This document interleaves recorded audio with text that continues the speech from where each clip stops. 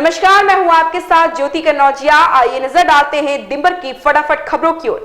उत्तराखंड में मूल निवास कानून लागू करने और इसकी कट ऑफ डेट 26 जनवरी 1950 घोषित किए जाने और प्रदेश में सशक्त भू कानून लागू किए जाने की मांग को लेकर देहरादून में आज उत्तराखंड मूल निवास स्वाभिमान महारैली का आयोजन किया जा रहा। महारैली में बड़ी संख्या में युवा और तमाम सामाजिक और राजनीतिक संगठन शामिल होने प्रदेश भर से पहुंचे। लोग परेड मैदान में एकत्रित हुए और यहां सरकार के खिलाफ नारेबाजी की।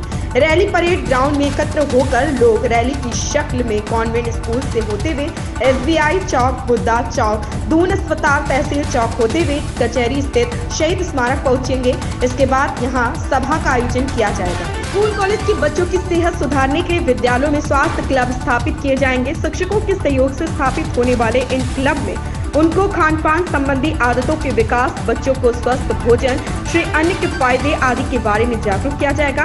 इससे जुड़ी प्रतियोगिताओं का भी आयोजन किया जाएगा। इसी क्रम में कक्षा 3 से इंटर तक के विद्यार्थियों को श्री अन्न के फायदे बताए जाएंगे। उनके बीच श्री अन्न पर आधारित पोस्टर, रंगोली, स्लोगन, निबंध लेखन आदि प्रतियोगिताओं का आयोजन किया जाएगा। इसमें नगद पुरस्कार व प्रमाण पत्र भी दिया जाएगा। आचार संहिता उल्लंघन के 2 मामलों में गैर जमानती वारंट जारी होने के बाद भी कोर्ट में हाजिर न होने पर पूर्व सांसद और अभिनेत्री जयाप्रदा की गिरफ्तारी के लिए गठित टीम मुंबई के लिए रवाना हो गई।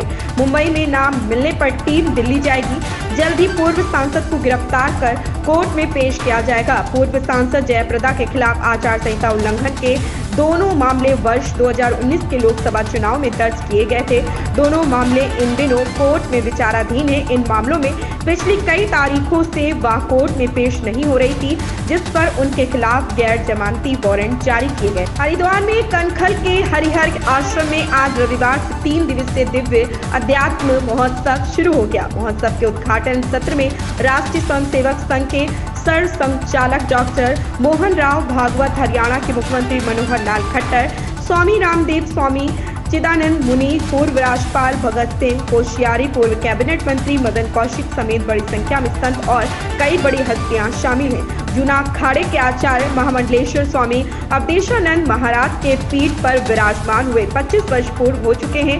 इस उपलक्ष्य में हरिहर आश्रम में भव्य आयोजन किए गए। सुबह विशेष पूजा अर्चना भी की गई। आपदा के 5 महीने बाद मनाली का पर्यटन फिर यौवन पर है। नववर्ष और क्रिसमस ने आपदा से मिले जख्मों पर मरहम लगाने का काम किया है। क्रिसमस और नववर्ष के लिए मनाली 70% तक पैक हो गई है।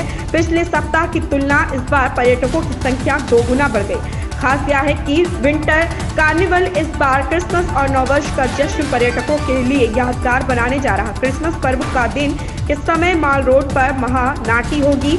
इस महानाटी में मनाली विधानसभा क्षेत्र के लेफ्ट बैंक के 100 से अधिक महिला मंडलों की 1000 से अधिक महिलाएं भाग लेंगी।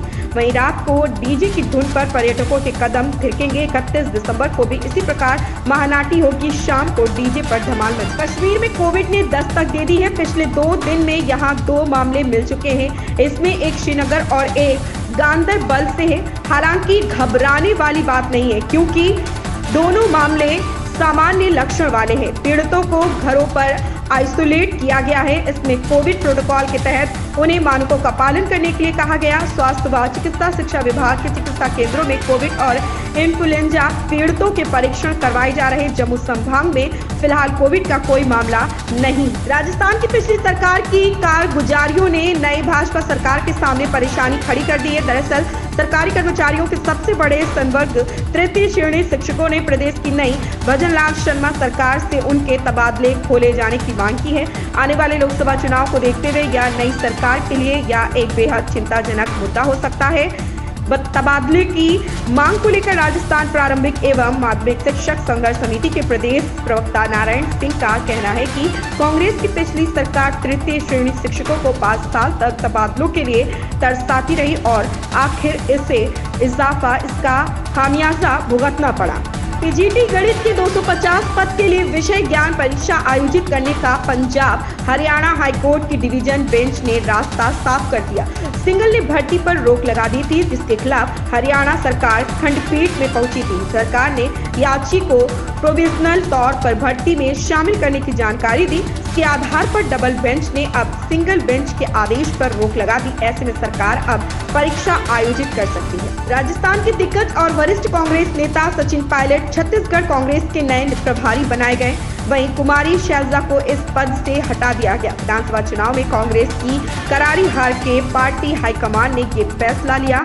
विधानसभा चुनाव में हार के 20 दिन बाद कांग्रेस अध्यक्ष मल्लिकार्जुन खड़गे के आदेश पर पार्टी के जनरल सेक्रेटरी के.सी. वेणुगोपाल ने इस संबंध में आदेश जारी किए। छत्तीसगढ़ विधानसभा चुनाव में हार के बाद पार्टी के स्थानीय नेताओं और पूर्व विधायकों ने शैलजा के खिलाफ दिल्ली में पार्टी हाईकमान से शिकायत की थी। उन पर चुनाव में पैसे लेकर टिकट देने के आरोप लगाए थे। इतना ही नहीं, इस संबंध में पार्टी को जरूरत पड़ने पर सबूत भी देने की बात कही थी। छत्तीसगढ़ के मुख्यमंत्री विष्णुदेव साय ने आज शनिवार को नई दिल्ली में प्रधानमंत्री नरेंद्र मोदी से मुलाकात की। इस दौरान छत्तीसगढ़ के विकास, प्रगति और जनहित से जुड़ी विभिन्न जन कल्याण योजनाओं के संबंध में विस्तार से चर्चा की। मुख्यमंत्री ने कहा कि राज्य सरकार प्रदेश में सेवा, सुशासन, जन कल्याण और विकास के नए आयाम स्थापित करेगी। प्रधानमंत्री को मोदी की गारंटी पर छत्तीसगढ़ सरकार की ओर से लिए गए त्वरित निर्णय और पहल की जानकारी दी। इन खबरों में बस इतना ही। बने रहें हमारे साथ।